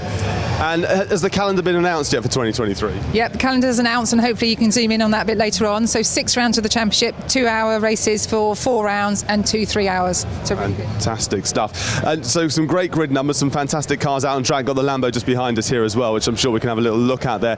What's been the appeal? What sort of drivers are racing in the championship? Well, a mix really, mainly a lot of AMs, but we're getting a lot of pros in. The GT3 category particularly was very close, with some pros coming in to support the AM drivers. So yes, it's been a phenomenal year, great coverage from the TV companies and a great support from all my sponsors, particularly Goodyear. It's such a popular form of racing, isn't it, with endurance racing, but also getting that sweet spot with the pros and the AMs in there as well seems to work really well. In this country, we've got such an appetite for endurance racing and for GT3s and GT4s. Absolutely. No, it's just gone absolutely crazy. I mean, the idea was there a couple of years ago, and we just thought this is the place to go. Having a brand name that's been called a British title is so much, they went to the committee. I approached them a couple of years ago, and they just said, absolutely fine, Claire, your reputation and the knowledge we have within the industry of my team, and they just gave me the brand name British straight away, so I was really pleased. I'm just looking over there at the board. So 25th of March, 22nd of April, 27th of May, 24th of June at Silverstone, where we are right now, 16th of September, and it finishes on the 14th of October at Donington Park, travelling to some fantastic places. Silverstone International on there as well. That's very, very cool. Absolutely, yeah, quite a lot of Silverstone events, but they look after you so well here, and everyone wants to come to the GP circuits, and Silverstone, we just thought we'd do an international, just a slightly different layout. Fantastic stuff. Now, it's not just about the endurance racing, because you mentioned Britcar at the top there. Britcar, a slightly different, a very different championship in the way it looks. Tell us about the cars here and Britcar and what's going on with Britcar. So the old Britcar 20 years ago started production cars, so we set up the production trophy championship. So this is going phenomenal again this year. These were grid numbers of up to late 30s, and again I think next year will be very good as well. We have a Clio class, which is what you're filming now. That's been average about 6 entries each round. We've got another Clio in the top corner, and then we've got a VW Golf, and top class for that one is sort of your BMW's M3 36s, or we've got the Ginetta G56 Academy cars, which is our top class. So again, that is 2 50-minute races all on a one-day meeting. All our championships have hospitality and live streaming as well. Fantastic. Now, a couple of new developments going on? Oh, absolutely. Yes, this one's a particular champion. It's going into 2-hour races, and long-term, my dream is to bring the 24-hour back. So the whole point is getting all these cars getting into longer races. We plan to do a 6-year dream to bring the 24-hour back. Fantastic. Now, if anybody wants to find out more, obviously Britcar, we know about Britcar, but what's the best place to go if you can't come here to the garage? Well, we've got 2 websites. We've got obviously the Britcar Endurance website, but we've also got the British Endurance website. But the other thing we were going to talk about was the new prototype championship that we've set up for 2023. Again, phenomenal interest. We're looking after the Praga category that we already have run this year, but we've been approached by LMP3 cars, we've got Junos, we've got CN cars, we've got Radicals. There's a place for something in Britcar, one of the 3 championships that we run. So do please come and see us in these garages, or just do contact on the website. What's made Britcar as an organisation so successful? Is it the diversity, the range you have? I think so, and also I hope the passion that we have as a team. We listen to the customer. I'm sure the other championships do as well. I'm not knocking them, but the passion I have for this, to make this work, I'm happy that we're doing the right thing for our customers. It's going pretty well so far, Claire. Thank you very much indeed. Thank you very much. Thank you.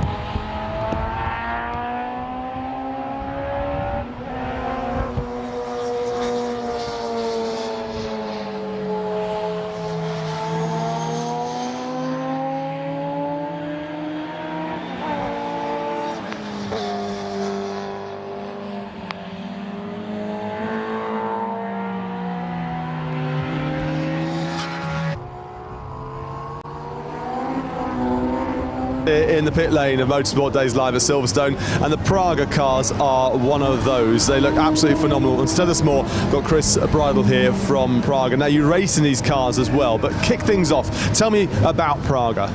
So Praga is a Czech brand, been around for over 100 years, really big history.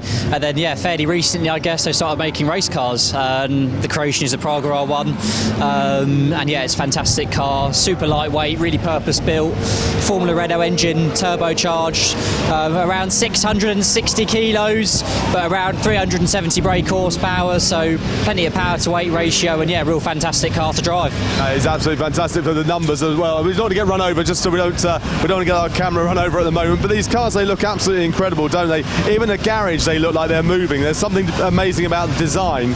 For yourself, you get to drive these, so what's it like? What's that visceral feeling like?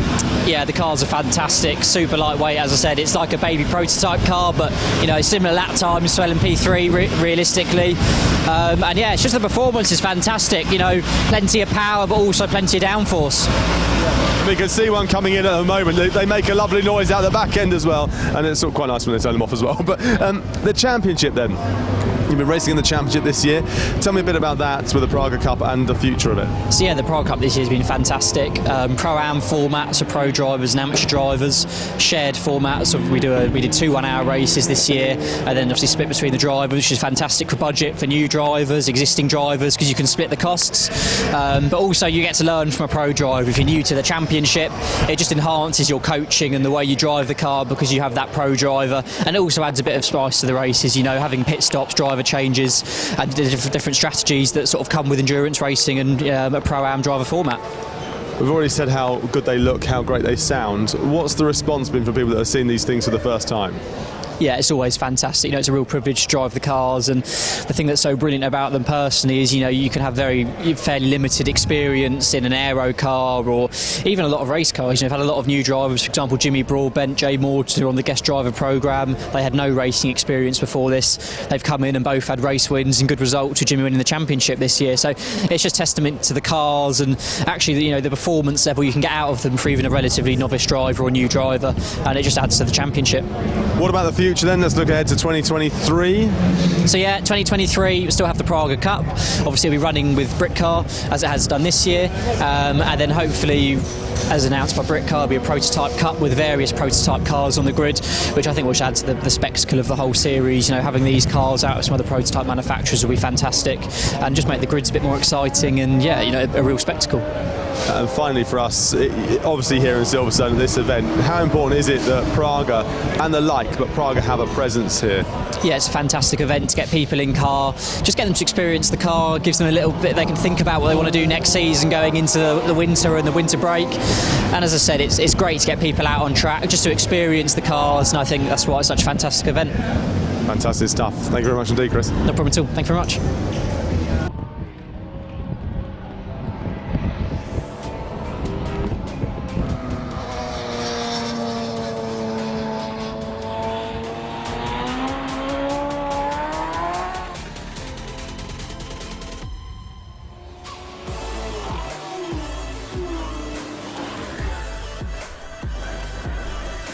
Side by side, who's going to be the bigger man?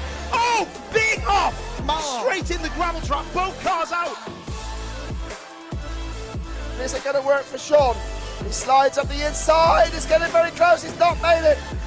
Have you ever seen a championship decided like that?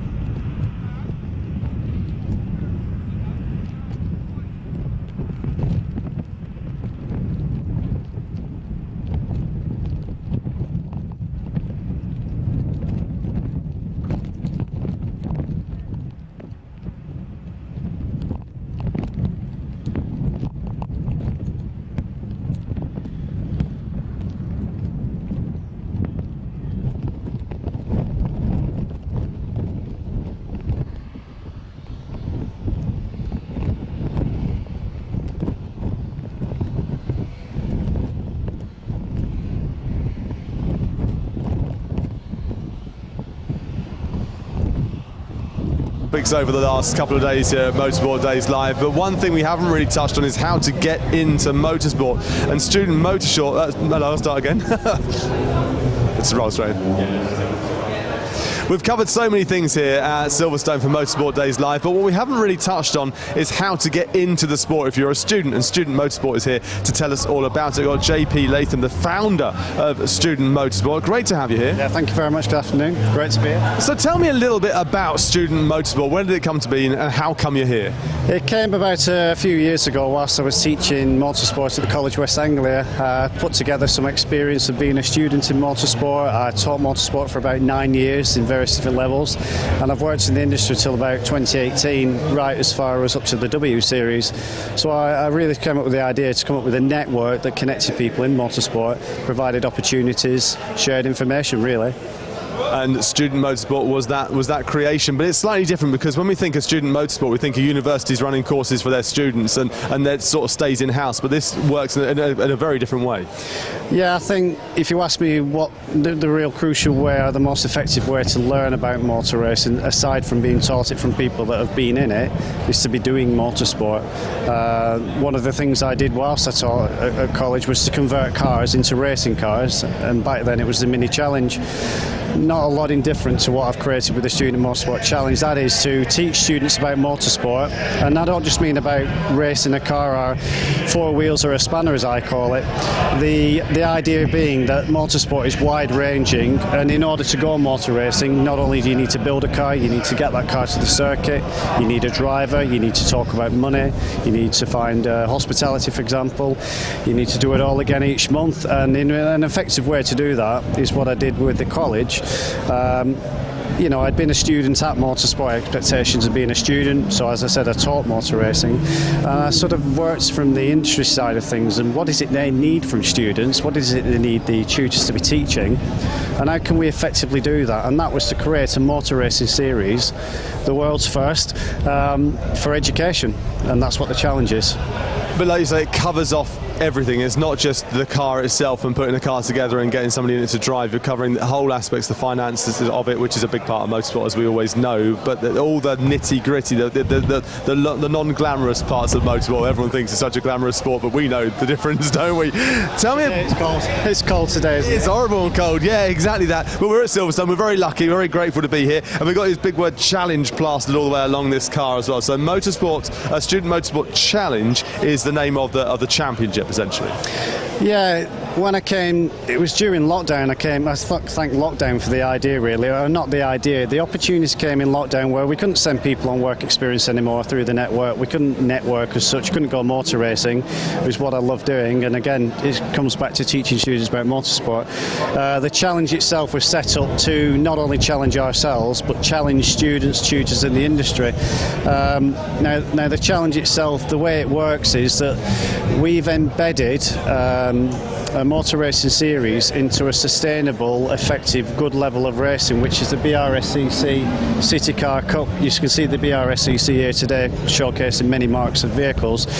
So how can colleges afford to go racing effectively? How can they teach? How can they embed it into their course? We've done that through a sustainable level of racing, starting with the City Car Cup, with a build kit and so forth, so that we made it as easy as possible for them and sustainable both in teaching and in affordability. So during lockdown, the brainchild came out. I scratched a pen on paper. I came up with the idea of embedding a motor racing series into the City Car Cup. So they already, the idea behind the BRSCC was genius, really. They came up with an idea of how can we get anyone into motor racing that might not even have a driving licence and they've no experience in motor racing and they've got a lot of funds behind them. The City Car Cup was born. When I came to see that, I thought, well, you know, rather than try and start something from scratch, let's work collaboratively with them, strengthen numbers, experience and so forth, bring the students and the colleges to the BRSCC City Car Cup, and the challenge was born.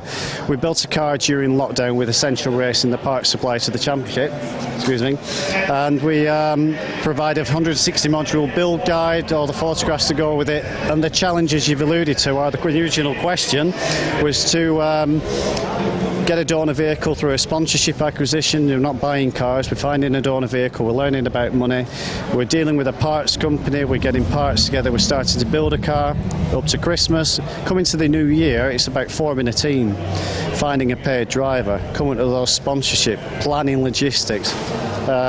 What's our race strategy going to be? What we're going to analyse during the circuit? Are we going to bring our sponsors along, etc., etc.? The breadth of motorsport is incredible, and that's what we're here to do. Not just go motor racing. Motor racing is the vehicle, but it's just to illustrate just how wide motorsport is. It's media, it's sponsorship, it's parts. It's all of those things that we talked about in order to challenge us, the students and industry. But the challenge also the motorsport is facing at the moment is diversity, to get as many people in as well. Inclusivity is a huge thing, and I think it's slowly getting there. We're seeing more and more women in the sport, which is a fantastic thing. Are you getting an uptake in women taking part in the challenge? Yeah, it's something that I'm passionate about, and we are talking to people about women in motorsport, or the diverse great groups of people that we want to teach about motorsport. So we talk to people like Mission 44 and Women in Motorsport. I worked in the W series, for example. I've got friends who work in there. So whilst there does need to be an angle and an extra attention to that, I'm kind of like all life matter. Let's get every sort of various different types of people into the sport. So we do have girls in colleges teaching. We've got girls here today. We've got Oxford Brook's team here today. You can see over at the back there's some girls there. They're looking at putting a girl driver in there. I shouldn't perhaps say interested in drivers. I'm interested about the small people, the little people that make up the iceberg that holds up Formula One and motorsport. So there is a growing class of students coming into the sport that are female or from diverse challenge backgrounds.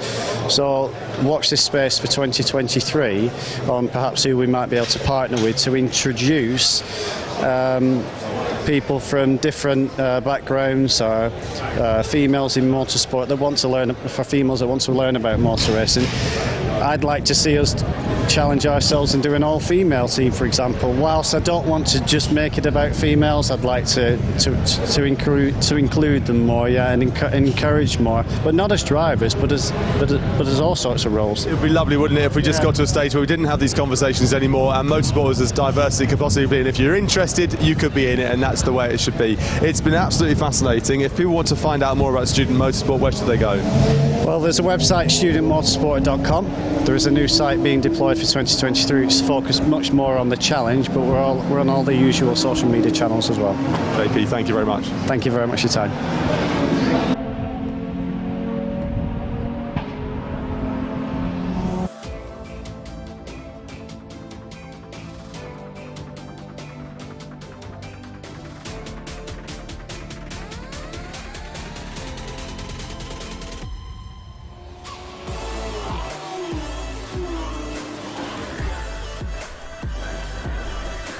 Side by side, who's going to be the bigger man?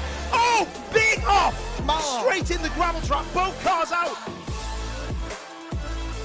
Is it going to work for Sean? He slides up the inside, it's getting very close, he's not made it.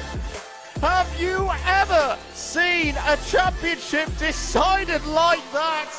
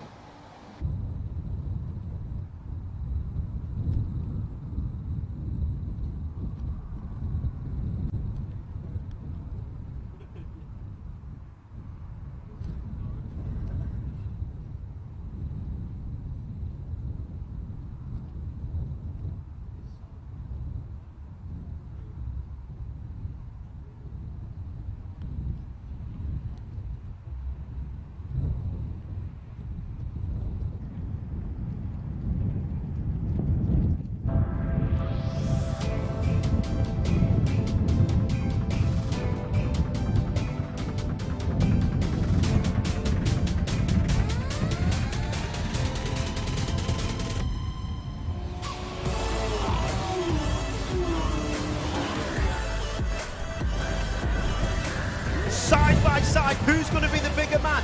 Oh, big off! Straight in the gravel trap. Both cars out. This isn't going to work for Sean. He slides up the inside. He's getting very close. He's not made it. Have you ever seen a championship decided like that?